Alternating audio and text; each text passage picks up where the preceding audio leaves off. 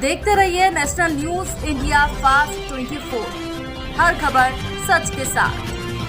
खबर भिंड जिले से आ रही है, जहां आज कांग्रेस प्रत्याशी हेमंत कटारे ने खबर भिंड जिले से आ रही है, जहां आज कांग्रेस प्रत्याशी हेमंत कटारे ने केंद्रीय चुनाव पर्यवेक्षक से शिकायत की है कि अटेर से भाजपा प्रत्याशी डॉक्टर अरविंद सिंह भदौरिया ने अपने नामांकन पत्र में मांगी गई जानकारी को छुपाया है।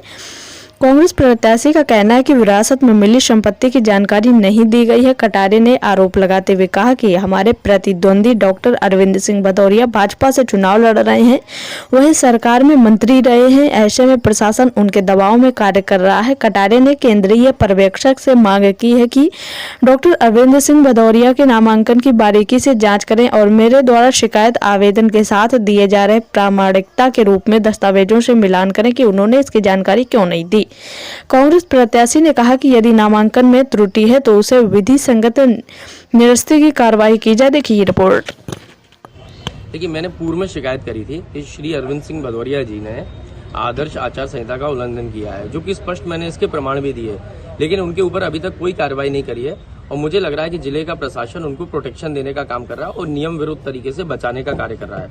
इसलिए जो हमारे बाहर से ऑब्जर्वर साहब आए हैं, IAS है मोहम्मद रोशन साहब, मैंने उनको पुनः शिकायत करी है और मैंने कहा इसमें कार्रवाई होनी चाहिए।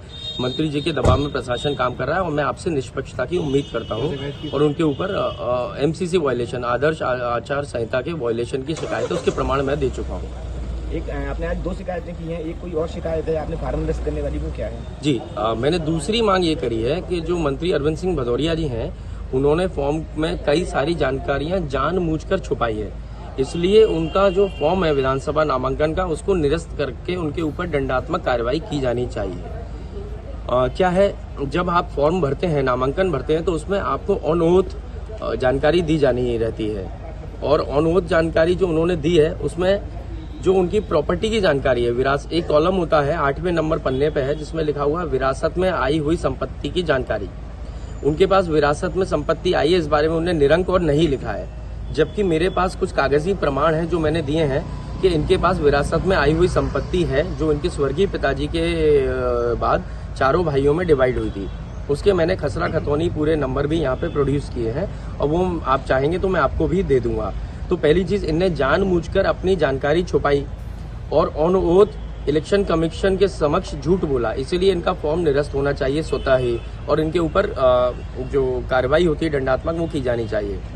दूसरा पॉइंट ये है कि इनका वोट अटेर में है ही नहीं, ये इनका वोट है भिंड विधानसभा में।